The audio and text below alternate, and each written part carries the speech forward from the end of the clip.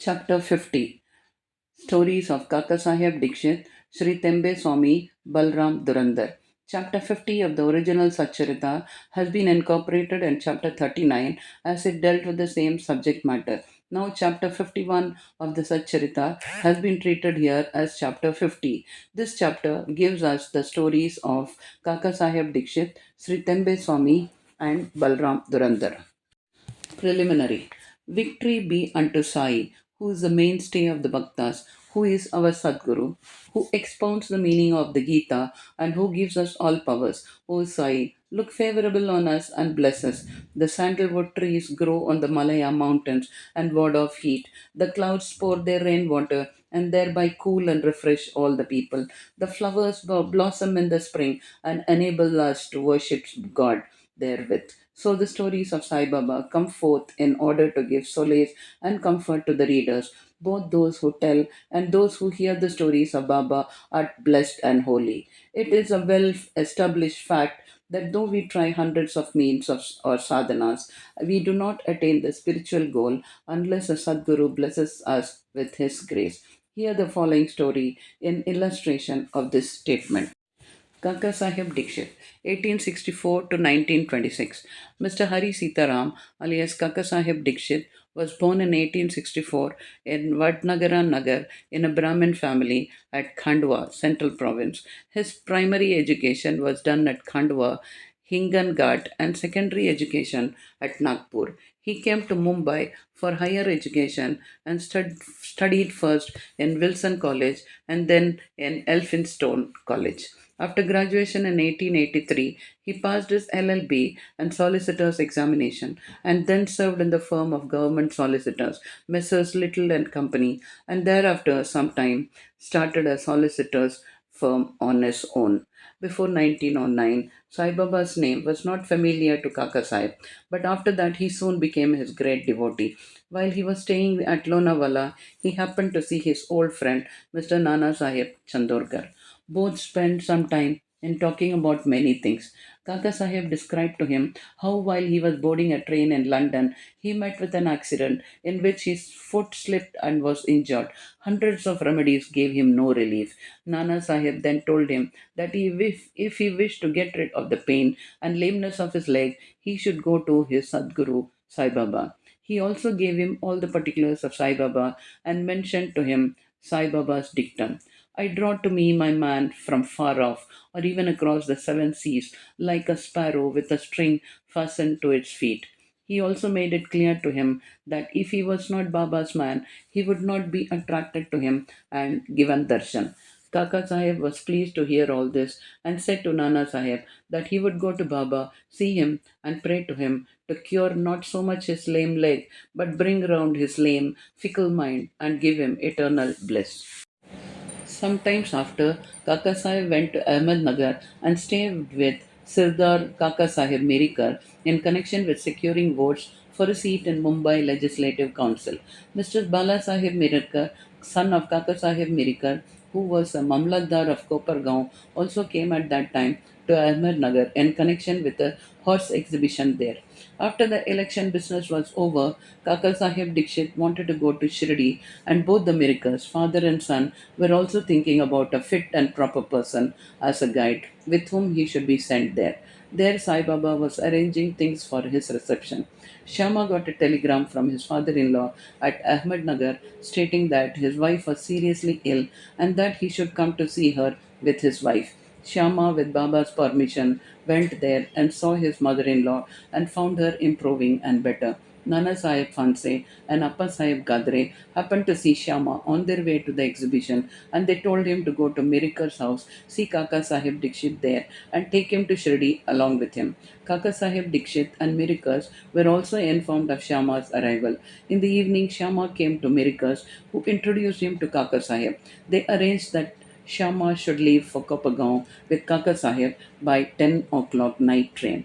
After this was settled, a curious thing happened. Bala Sahib Mirarkar threw aside the veil or covering on Baba's big portrait and showed the same to Kaka Sahib. He was surprised to see that he whom he was going to meet at Shirdi was already there in the form of his portrait to greet him at this juncture. He was much moved and made his prostration before the portrait. This portrait belonged to Megha.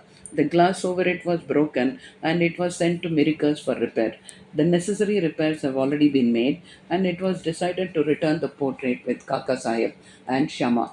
Before 10 o'clock, they went to the station and booked their passage. But when the train arrived, they found that the second class was overcrowded and that there was no room for them. Fortunately, the guard of the train turned out to be an acquaintance of Kaka Sahib and he put them in the first class.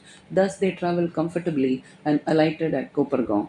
Their joy knew no bounds when they saw their Nana Sahib Chandorkar, who was also bound for Shirdi. Kaka Sahib and Nana Sahib embraced each other, and then, after bathing in the sacred Godavari river, they started for Shirdi. After coming there and getting Baba's darshan, Kaka Sahib's mind was melted. His eyes were full of tears, and he was overflowing with joy. Baba said to him that he was also waiting for him and had sent Shyama ahead to receive him. Kaka Sahib then passed many happy years in Baba's company. He built a vada in Shirdi, which he made as his more or less permanent home. The experiences he got from Baba are so manifold that it is not possible to relate them all here. The readers are advised to read a special Kaka Sahib Dikshit number of Sri Sai Leela magazine, volume 12, number 6-9. We close this account with the mention of one fact only. Baba had comforted him by saying that in the end he will take him in air coach Viman, that is, secure him a happy death. This came out true. On the 5th of July 1926, he was traveling in the train with Hemant Pan and talking about Sai Baba. He seemed deeply engrossed in Sai Baba.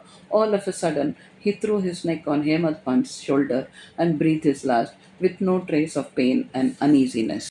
Sri Tembe Swami. We come to the next story, which shows how saints love each other with fraternal affection. Once Sri Vasudev Saraswati, known as Sri Tembe Swami, encamped at Rajmahindri, that is Andhra country, on the banks of the Godavari. He was devout, orthodox, dhyani, and yogi bhakta of the Dattatreya. One Mr. Pundalik Rao, pleader of Nanded, Nizam Strait, went to see him with some friends. While they were talking with him, names of Shirdi and Sai Baba were casually mentioned. Hearing Baba's name, Swami joined hands with reverence and taking a coconut, gave it to Pundalik Rao and said to him, "Offer this to my brother Sai with my pranam and request him not to forget me but ever love me." He also added that Swamis do not generally bow to others, but in this case, an exception had to be made. Mr. Pundalik Rao consented to take the coconut and his message to Baba. Swami was right in calling Baba a brother, for as he maintained an Agnihotri day and night in his orthodox fashion, Baba too kept his Agnihotri, that is Duni, ever burning in the masjid. After 1 month, Pundalik Rao and others left for Shirdi with the coconut and reached Manmad, and as they felt thirsty, they went to a rivulet for drinking water. As water should not be drunk on an empty stomach, they took out some refreshment, that is chivda, flattened rice mixed with spice. The chivda tasted most pungent, and in order to soften it, someone suggested broke the coconut and mixed its scrapings with it. Thus, they made the chivda more tasty and palatable. Unfortunately, the coconut turned out to be the same that was entrusted to Pundalik Rao. As they neared Shirdi, Pundalik Rao remembered the trust, that is coconut, and was very sorry to learn it was broken and consumed. He came to Shirdi and saw Baba. Baba has already received a wireless message regarding the coconut from Tembe Swami and himself asked Pundalik Rao first to give the thing sent by his brother. He held fast Baba's feet, confessed his guilt and neglect, and repented and asked for Baba's pardon. He offered to give another fruit as a substitute, but Baba refused to accept it, saying that the worth of that coconut was far more than that of an ordinary one, and that it could not be replaced by another. Baba also added, "Now you need not worry yourself any more about the matter. It was on account of my wish that the coconut was entrusted to you and ultimately broken on the way. Why should you take the responsibility of the actions on you? Do not entertain the sense of doership and doing good, as well as for bad deeds. Be entirely prideless and egoless in all things, and thus your spiritual progress will be rapid." What a beautiful spiritual instruction Baba gave. Balaram Durandar, 1878 to 1925. Mr. Balaram Durandar belonged to the Patare Prabhu community of Santa Cruz, Mumbai. He was an advocate of the Mumbai High Court and sometime principal of the Government Law School, Mumbai. The whole Durandar family was pious and religious. Mr. Balaram served his community and wrote and published an account of it. He then turned his attention to spiritual and religious matters. He studied Gita carefully and its commentary, Dhyaneshwari, and other philosophical and metaphysical works. He was a devotee of Vithoba of Pandharpur. He came in contact with Sai Baba in 1912. 6 months earlier, his brothers Bapulji and Vaman Rao came to Shirdi and took Baba's darshan. They returned home and mentioned their sweet experiences to Balaram and other members. Then they all decided to see Sai Baba. Before they came to Shirdi, Baba declared openly that today many of my Darbar people are coming. The Durandar brothers were astonished to hear this remark of Baba from others, as they had not given any previous intimation of their trip. All other people prostrated themselves before Baba and sat talking with him. Baba said to them, "These are my Darbar people, whom I referred to before, and said to the Durandar brothers, we have been with each other for the last 60 generations. All the brothers were gentle and modest. They stood with joined hands and looking at Baba's feet. All the sattvic emotions, such as tears, choking, etc., moved them, and they were all happy. Then they went to their lodgings, took their meals, and after taking a little rest, again came back to Masjid. Balram sat near Baba, massaging his legs. Baba, who was smoking chilim, advanced it towards him and beckoned him to smoke it.